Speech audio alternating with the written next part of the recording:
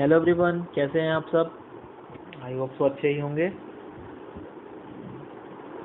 तो आपके P22 exams अभी तक चल रहे थे, उसी के बारे में मैंने अपने कंप्यूटर के बारे में पेपर में थोड़ा सा डिस्कशन किया है, जो आपको मैं प्रोवाइड करवा रहा हूँ कंप्यूटर P22 के सॉल्यूशंस।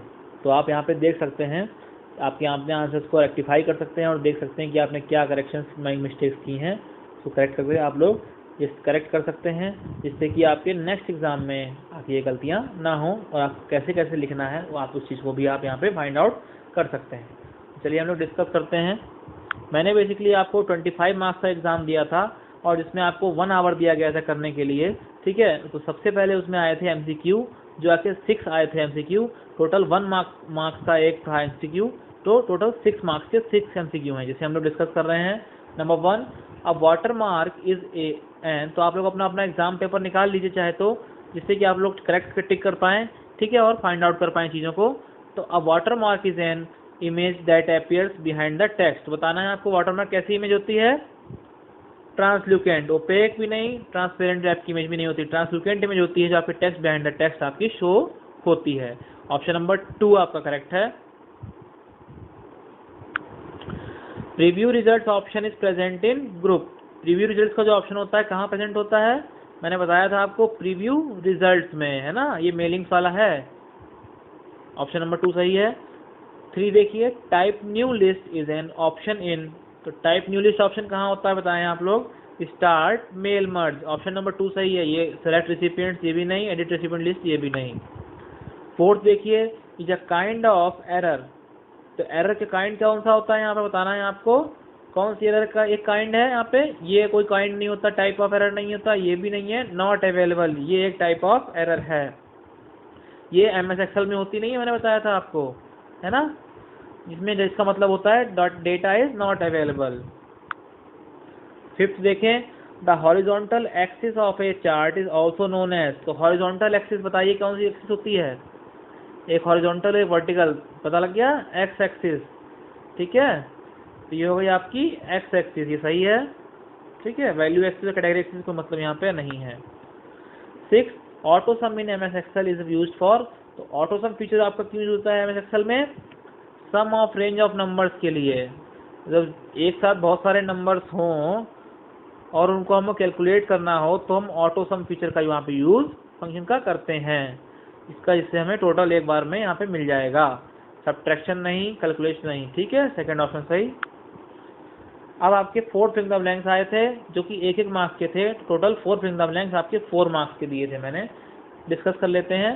फर्स्ट है, are the signs and characters that can be inserted from the symbol dialog box. तो क्या होगा यहाँ पे,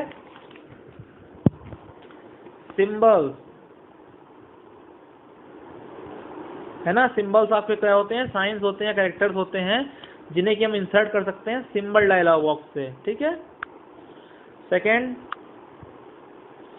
the data source can be created in. तो डेटा सोर्स कैसे क्रिएट कर सकते हैं हम, कहाँ पे, MS एक्सेस में कर सकते हैं ऐसा, या फिर हम डेटा सोर्स के लिए MS एक्सेल में ऐसा कर सकते हैं, ठीक है।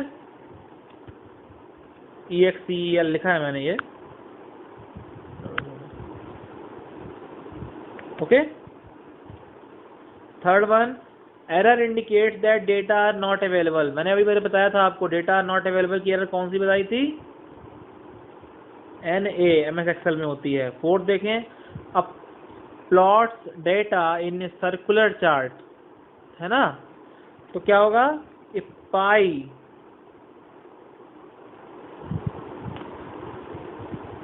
पाई में क्या होता है, डेटा को कैसे प्लॉटिंग करते हैं, सर्कुलर, है ना, पाई चार्ट में, है ना। वेरी शॉर्ट आंसर देखो, देख लीजिए, ये आपको 4 दिए गए थे 4 मार्क्स के, इसका मतलब है एक क्वेश्चन था 1 मार्क्स का। पहला क्वेश्चन है व्हाट इज टैब स्टॉप। तो टैब स्टॉप क्या होता है, किसी भी टेक्स्ट की प्रेजेंट पोजीशन। टैब स्टॉप मैंने बताया नहीं था आपको, किसी भी टेक्स्ट की पोजीशन को चेंज करने के लिए यूज किया जाता है। लेफ्ट अलाइन, राइट अलाइन हो जाता है टेक्स्ट आपका, उसमें left tab stop, right tab stop, decimal tab stop, इस टाइप के ऑप्शन थे। क्या है, if we want to change then we will use this feature, है ना। अगर प्रेजेंट टेक्स्ट पोजीशन को चेंज करना चाहते हैं तो हम इस फीचर को यूज कर सकते हैं। किसकी प्रेजेंट पोजीशन? टेक्स्ट की।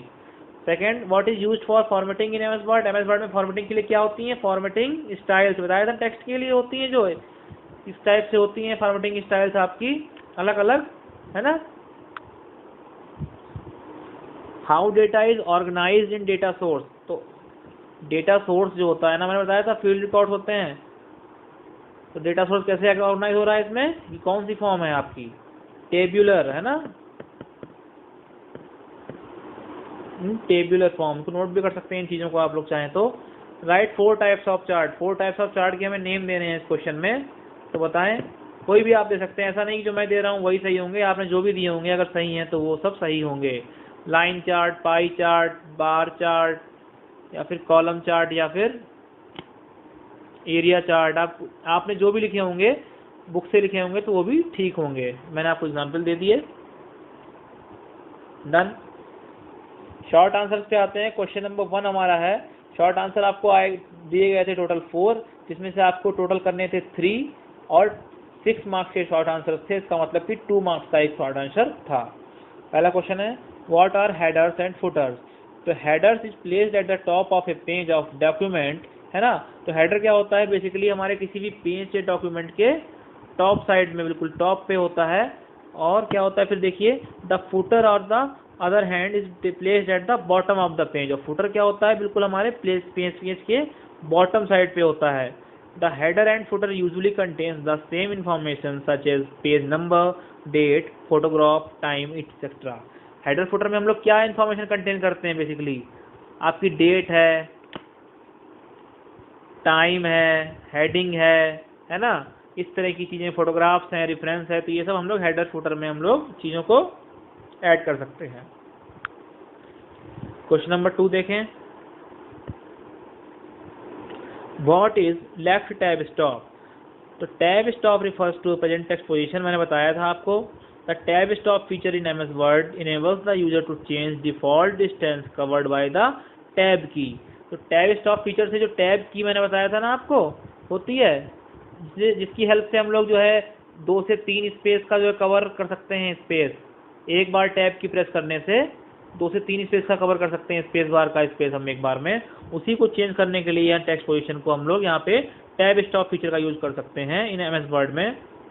The tab key for the present, you can press the tab key to move the cursor half an inch forward in MS Word document. हम टैब की हेल्प से एक बार में half inch तक जो है cursor को, line को आगे मूव कर सकते हैं, स्पेस बढ़ा सकते हैं, ठीक है। In the left tab option with this kind of tab stop, अगर हम इसका लेफ्ट टैब ऑप्शन लेते हैं, इसमें ऑप्शन आते हैं जो अगर हम लेफ्ट टैब वाला ऑप्शन लेते हैं तो इसमें जितने भी हमने डॉक्यूमेंट में टेक्स्ट वगैरह लिखा होता है या नंबर्स लिखे होते हैं वो सब बिल्कुल लेफ्ट साइड में आ जाते हैं, ठीक है। इसी तरह से हमारे और भी ऑप्शंस होते हैं, राइट टैब, डेसिमल टैब, ठीक है, उसमें अलग अलग फीचर हमें प्रोवाइड करवाए जाते हैं। तो मैंने पूछा था बेसिकली आपसे लेफ्ट टैब स्टॉप, तो आपने पूरा डिफाइन कर दिया। क्वेश्चन नंबर 3 को अगर हम लोग देखें, how can you edit the recipient list? तो रेसिपिएंट लिस्ट को एडिट करने के लिए क्या कर सकते हैं हम लोग? पहले तो हमें जाना होगा on clicking the edit recipient list from the mailings tab. हमें सबसे पहले मेलिंग्स टैब पे जाना पड़ेगा एडिट करने के लिए रेसिपिएंट लिस्ट को, है ना। रेसिपिएंट लिस्ट कौन सी होती है? इसमें नेम फील्ड वगैरह होती है हमारी। Mail merge recipients window appears, उसके बाद क्या होगा, हमें एक मेल मर्ज की विंडो अपीयर दिखाई पड़ेगी। From this window you can select और डिसेलेक्ट एन इंडिविजुअल रेसिपिएंट। वहाँ पे रेसिपिएंट बहुत सारे दिखाई पड़ेंगे, इनकी लिस्ट आएगी, यहाँ से आप सेलेक्ट भी कर सकते हैं और अनसेलेक्ट भी कर सकते हैं किसी भी रेसिपिएंट को, जिससे वो वहाँ से लिस्ट से हट सकता है, ठीक है। फोर्थ क्या है, व्हाट इज सेल रेफरेंस? तो सेल रेफरेंस बेसिकली आपका स्प्रेडशीट से रिफरेंशिएशन होता है आपका। और सेल रेफरेंस क्या होता है बेसिकली, जैसे मान लीजिए ये आपका है फर्स्ट रो और ए कॉलम, तो ये वाला जो होगा ये है ना, ये फर्स्ट रो और ए कॉलम है, तो इसके सेल का डिफरेंस होगा A1, इसका सेल डिफरेंस होगा एमएस एक्सेल में A1, जिसमें कि हम कॉलम नंबर पहले लिखते हैं और रो नंबर उसके बाद में लिखते हैं, ठीक है। अब आते हैं हम लोग लॉन्ग आंसर्स पे। लॉन्ग आंसर्स आपको 3 दिए गए थे टोटल 5 मार्क्स के, और आपको 2 करने थे। इसका मतलब आपका 2.5 मार्क्स का एक लॉन्ग आंसर था। पहला है what are borders and shading, define कीजिए, है ना। तो बॉर्डर्स एंड शेडिंग में अगर आप डिफाइन करें तो MS word allows users to add borders and apply shading action option, ठीक है। बॉर्डर्स एंड शेडिंग, ये देखिए जैसे आपको जो 4 टाइप आपके होते हैं पेज के, तो 4 साइड्स में अगर हम लोग बॉर्डर चाहते हैं इस तरह से सीक्वेंशियल, तो हम यहाँ शेडिंग और बॉर्डर वाला ऑप्शन सेलेक्ट करके ऐसा कर सकते हैं पेज लेआउट में, ठीक है। बॉर्डर क्या होती है, लाइन होती है, थिन लाइन जो आपके 4 साइड्स में आपकी ड्रॉ हो जाती है पेज के सराउंडिंग्स में। You can set the text apart from the rest of the document by adding borders and shading. तो हम क्या कर सकते हैं, हम सेट मार्जिन को सेट कर सकते हैं, साथ साथ बॉर्डर्स के हिसाब से हम चीज़ों को अलग अलग कर सकते हैं। जैसे बॉक्स बॉर्डर है, लाइन बॉर्डर है, हमारा डैशिंग बॉर्डर है, कस्टम बॉर्डर्स के आते हैं आपके, अपने हिसाब से आप सेट कर सकते हैं। तो ये सब हमारे बॉर्डर्स एंड शेडिंग ऑप्शन में आपको मिलेंगे, ठीक है। क्वेश्चन नंबर 2 को अगर देखें, discuss the process of mail merge, हमें बताना है मेल मर्ज के बारे में। तो इन MS Word the mail merge option is an important feature. Many times we need to send a standard letter to many people at a time. क्या होता है ना, कई बार हमें कई लोगों को एक ही बार में एक जैसा लेटर भेजना होता है, बट हमें क्या करना होता है, कंटेंट उसका सेम होता है और उनके जो लोगों को भेजना होता है उनके नेम, एड्रेस और फ़ोन नंबर्स वगैरह अलग अलग होते हैं। तो इस फीचर के लिए हमें यहाँ पे इस टाइप के स्पेसिफिक टास्क के लिए हम MS Word का मेल मर्ज फीचर का यूज़ हम यहाँ पे कर सकते हैं। मान लीजिए आपके स्कूल में कोई पेरेंट्स फंक्शन है, एनुअल फंक्शन है, आपको सबको बुलाना है और आपको एक ही जैसा लेटर सबको भेजना हो, तो हम इसके लिए मेल मर्ज फीचर का यूज़ यहाँ पे कर सकते हैं, ठीक है। इसमें आपका डेटा सोर्स होता है और रेसिपिएंट लिस्ट होती है, 2 पार्ट होते हैं बेसिकली, मेन पार्ट और लेटर डॉक्यूमेंट पार्ट, ठीक है। थर्ड क्वेश्चन क्या है आपका, last, what is formula explain with the help of examples. तो मैंने इसमें पूछा है आपसे कि फार्मूला क्या होता है और हमें एग्जाम्पल्स की हेल्प से बताना है। Suppose you have to calculate the value of 45 + 54। Example मैंने दिया है, अगर मान लीजिए हम 54 और 45 को ऐड करना चाहते हैं तो हमें क्या करना पड़ेगा, किसी A1 सेल में, है ना, किसी A1 सेल में 54 टाइप होगा हमारे पास और किसी A2 सेल में हमारे पास 45 टाइप होगा, और हम चाहते हैं कि A3 सेल में हमारे पास इसका टोटल आ जाए। तो हम माउस से पहले A3 सेल सेलेक्ट करेंगे, ठीक है, और उसके बाद हम यहाँ पे टाइप कर सकते हैं इसी A3 सेल में इक्वल टू 54 + 45, या फिर कह सकते हैं इक्वल टू A1 + A2। इसे हम यहाँ भी टाइप कर सकते हैं, या फिर ऊपर एक फंक्शन बॉक्स होता है हमारा, ठीक है, FX करके लिखा होता है, वहाँ पे भी टाइप कर सकते हैं फार्मूला। तो अगर हम इसी की बात करें तो A1 + A2 हमें टाइप जैसे करा, अगर क्लियर कर दूंगा आपको,